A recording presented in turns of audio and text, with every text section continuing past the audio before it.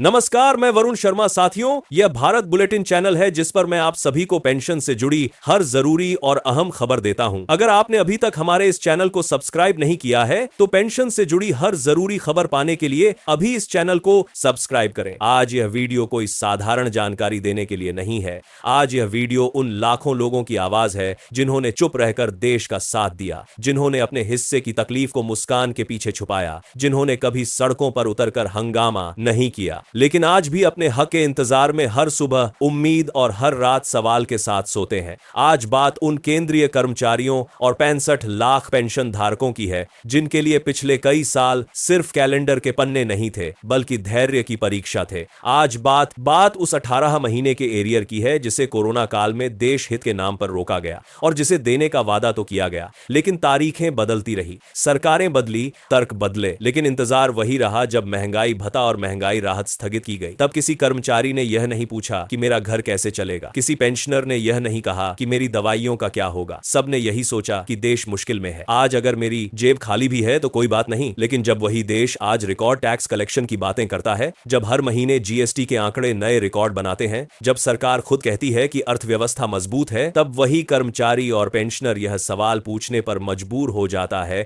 कि जो पैसा उस समय रोका गया था वह बड़ी बड़ी परियोजनाओं को आज साकार बनाते हैं, अब क्यों नहीं लौटाया जा रहा। यह सवाल लालच का नहीं है, यह सवाल अधिकार का है, यह सवाल सम्मान का है, क्योंकि यह पैसा किसी योजना की कृपा नहीं था। यह पैसा कर्मचारियों की मेहनत का हिस्सा था जिसे सिर्फ समय के लिए रोका गया था। और आज जब सुप्रीम कोर्ट में यह मामला पहुंचता है तो पूरा देश देखता है कि केंद्र को जवाब देना था कि अगर 18 महीने का एरियर 8% ब्याज के साथ दिया जाए तो सरकार पर कितना वित्तीय बोझ आएगा। लेकिन उस दिन जवाब देने के बजाय समय मांगा गया, और यही वह पल है जो हर कर्मचारी के दिल में चुभता है, क्योंकि जब सरकार कर्मचारी से टैक्स देर से लेती है तो ब्याज जोड़ देती है, जब कर्मचारी किसी गलती में देरी करता है तो पेनल्टी लगती है, लेकिन जब कर्मचारी का पैसा सालों तक रोका जाता है तो क्या उस पर ब्याज की बात करना गलत हो जाता है। सुप्रीम कोर्ट ने भी यही पूछा, और यही कारण है कि 8% ब्याज का मुद्दा सिर्फ आंकड़ों का नहीं बल्कि न्याय का सवाल बन गया है, क्योंकि 65 लाख लोग सिर्फ फाइलों में दर्ज संख्या नहीं है। इनमें वह बुजुर्ग पेंशनर हैं जो हर महीने दवाइयों की सूची बनाते हैं कि कौन सी दवा इस महीने छोड़ सकते हैं। इनमें वह कर्मचारी हैं जिनके बच्चों की फीस बढ़ रही है, जिनके घरों का ईएमआई तय तारीख पर कटता है, जिनके सपने महंगाई से हर दिन छोटे होते जा रहे हैं। और जब अदालत अगली तारीख तय करती है तो यह सिर्फ एक तारीख नहीं होती, यह एक उम्मीद होती है कि शायद अब फैसला आएगा, शायद अब इंतजार खत्म होगा। लेकिन हर दिन की देरी एक नई निराशा लेकर आती है, और यही कारण है कि यह लड़ाई सिर्फ कोर्ट रूम की नहीं रही, यह जल्द से जल्द न्याय की नहीं रही, यह जागरूकता की लड़ाई बन जाती है। क्योंकि अगर कर्मचारी चुप रहेगा तो मुद्दा दब जाएगा, और अगर सवाल पूछे जाएंगे तो जवाब देने पड़ेंगे। और इसी बीच जब बात वेतन आयोग की आती है तो एक और बड़ा सच सामने आता है कि 7वें वेतन आयोग का कार्यकाल खत्म हो चुका है और 8वें वेतन आयोग की शुरुआत मानी जा रही है। भले ही औपचारिक घोषणा बाकी हो, लेकिन कमेटी का गठन हो चुका है, रिपोर्ट तैयार होगी, कैबिनेट से मंजूरी मिलेगी, और भले ही लाभ मिलने में समय लगे, लेकिन यह साफ कहा जा चुका है कि देरी होगी तो एरियर मिलेगा, यानी 24 महीने का एरियर एक साथ दिया जाएगा।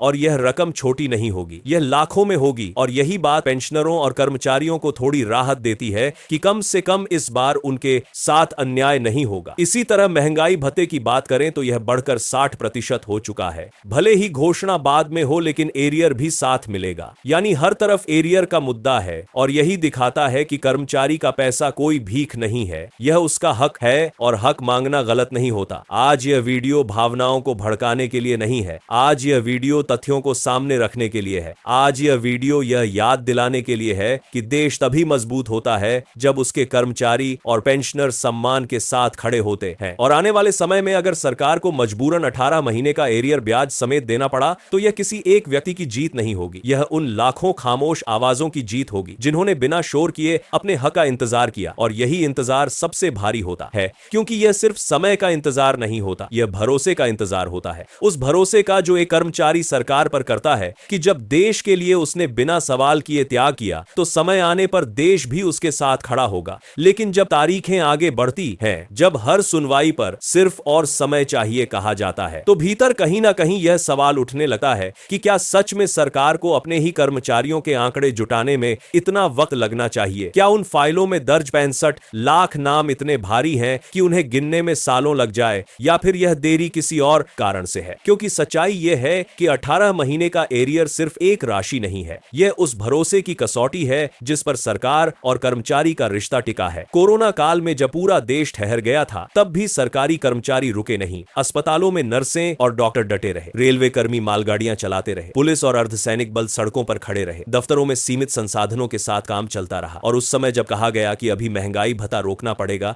तब किसी ने यह नहीं पूछा कि बदले में क्या मिलेगा। सबने यही सोचा कि देश पहले है। लेकिन आज जब वही देश आर्थिक रूप से खुद को पहले से ज्यादा मजबूत बताता है, तब वही कर्मचारी यह पूछने का हक रखता है कि जो पैसा उस समय देश ने उससे लिया था, वह अब क्यों नहीं लौटाया जा रहा। और इसी सवाल की गूंज सुप्रीम कोर्ट तक पहुंची है, जहां अदालत ने सीधे तौर पर सरकार से यह जानना चाहा कि अगर ब्याज सहित भुगतान किया जाए तो कितना बोझ पड़ेगा। क्योंकि अदालत भी यह समझती है कि अगर किसी का पैसा सालों तक रोका जाए तो सिर्फ मूल राशि लौटाना न्याय नहीं होता, ब्याज उस समय की भरपाई होता है, उस मानसिक तनाव की भरपाई होता है, उन अधूरे सपनों की भरपाई होता है जो पैसों की कमी की वजह से टल गए। और जब सरकार यह कहती है कि गणना पूरी नहीं हुई, तो आम कर्मचारी के मन में यही ख्याल आता है कि अगर उसकी कमी की वजह से टल गए, तनख्वाह का एक दिन का हिसाब भी गलत हो जाए तो उसे तुरंत नोटिस थमा दिया जाता है। फिर सरकार के स्तर पर इतनी बड़ी देरी कैसे स्वीकार्य हो सकती है? यही कारण है कि अगली तारीख सिर्फ कैलेंडर की एक तारीख नहीं रह जाती, यह कर्मचारियों और पेंशनरों की नजर में उम्मीद की आखिरी सीढ़ी बन जाती है। क्योंकि अगर उस दिन भी स्पष्ट जवाब नहीं आया तो यह सवाल और गहरा हो जाएगा कि क्या यह मामला सच में प्राथमिकता में है या नहीं। और इसी बीच एक और सच सामने आता है कि समय किसी के लिए नहीं रुकता। महंगाई हर महीने बढ़ती है, दवाइयों के दाम हर साल ऊपर जाते हैं, बच्चों की पढ़ाई सस्ती नहीं होती, घर का किराया इंतजार नहीं करता। और ऐसे में 18 महीने का एरियर उन लोगों के लिए राहत की सांस बन सकता है जिन्होंने अपने जीवन के सबसे अनिश्चित दौर में भी संयम रखा। और जब बात 8वें वेतन आयोग की होती है, तो यह भी समझना जरूरी है कि आयोग का मतलब सिर्फ वेतन बढ़ोतरी नहीं होता, यह जीवन स्तर की स्वीकृति होती है। यह माना जाना होता है कि समय के साथ जरूरतें बढ़ी हैं और कर्मचारियों को उसी अनुरूप सम्मान मिलना चाहिए। भले ही 8वें वेतन आयोग का वास्तविक लाभ बाद में दिखे, लेकिन उसका प्रभाव माना जाना यह साबित करता है कि सरकार कम से कम कागजों में यह स्वीकार करती है कि कर्मचारी और पेंशनर पीछे नहीं छोड़े जाएंगे और 24 महीने का एरियर एक साथ मिलना अपने कर्मा लाभ बाहर करते हैं कि वो 8वें करबारे कारी हरधार 8वें वरी की। आप में बड़ी बात होगी, लेकिन यह भविष्य की बात है। वर्तमान की सच्चाई अभी भी 18 महीने के एरियर पर अटकी हुई है, क्योंकि वह एरियर अतीत का कर्ज है जिसे चुकाए बिना आगे बढ़ना नैतिक रूप से भी सही नहीं लगता। और महंगाई भत्ते की बढ़ोतरी भी उसी कहानी का हिस्सा है। 60% डीए की घोषणा भले बाद में हो, लेकिन एरियर साथ मिलना यह दिखाता है कि जब सरकार चाहती है तो भुगतान के रास्ते निकाल लेती है। फिर 18 महीने के एरियर में इतनी हिचक क्यों? यही सवाल हर कर्मचारी के भीतर धीरे धीरे आकार ले रहा है। और यह सवाल किसी विद्रोह की शुरुआत नहीं है, यह एक शांत लेकिन गहरी अपेक्षा है कि जो सही है वह किया जाए। क्योंकि इतिहास गवाह है कि जब भी कर्मचारियों और पेंशनरों को उनका हक समय पर मिला है, तब उन्होंने देश को कई गुना लौटाया है। और आज भी अगर यह एरियर ब्याज समेत दिया जाता है तो यह खर्च नहीं होगा, यह विश्वास में निवेश होगा, उस विश्वास में जो आने वाले हर संकट में देश को फिर संभालेगा। और यही विश्वास सबसे बड़ी पूंजी होता है, क्योंकि सरकारें बजट से चलती हैं, लेकिन देश भरोसे से चलता है। और जब भरोसा कमजोर पड़ता है तो सबसे पहले असर उन लोगों पर पड़ता है जो सबसे ज्यादा जिम्मेदारी उठाते हैं। आज केंद्रीय कर्मचारी और पेंशन धारक उसी मोड़ पर खड़े हैं जहां वे किसी से टकराना नहीं चाहते, लेकिन झुकना भी अब उन्हें मंजूर नहीं है। क्योंकि यह झुकना सिर्फ पैसे का नहीं, आत्मसम्मान का सवाल बन चुका है। जब कोई बुजुर्ग पेंशनर अपनी पत्नी की दवा की पर्ची हाथ में लेकर सोचता है कि इस महीने कौन सी दवा टाल सकता हूं, तब उसे यह नहीं लगता कि वह सरकार से कुछ ज्यादा मांग रहा है। उसे बस इतना लगता है कि जो उसका था वह समय पर नहीं मिला। और जब कोई कर्मचारी अपने बच्चे को समझाता है कि इस साल कोचिंग नहीं, अगले साल देखेंगे, तब वह देशद्रोही नहीं बनता, वह सिर्फ एक जिम्मेदार पिता होता है जिसने देश के कहने पर अपने हिस्से की खुशियों को रोक लिया था। और इसी वजह से 18 महीने का एरियर एक भावनात्मक मुद्दा बन गया है, क्योंकि यह उन फैसलों की याद दिलाता है जो मजबूरी में लिए गए थे, लेकिन जिनकी कीमत आज भी चुकाई जा रही है। और सरकार जब यह कहती है कि वित्तीय बोझ बढ़ जाएगा, तो यह बात कागज पर सही हो सकती है, लेकिन क्या कभी उस मानसिक बोझ का हिसाब लगाया गया है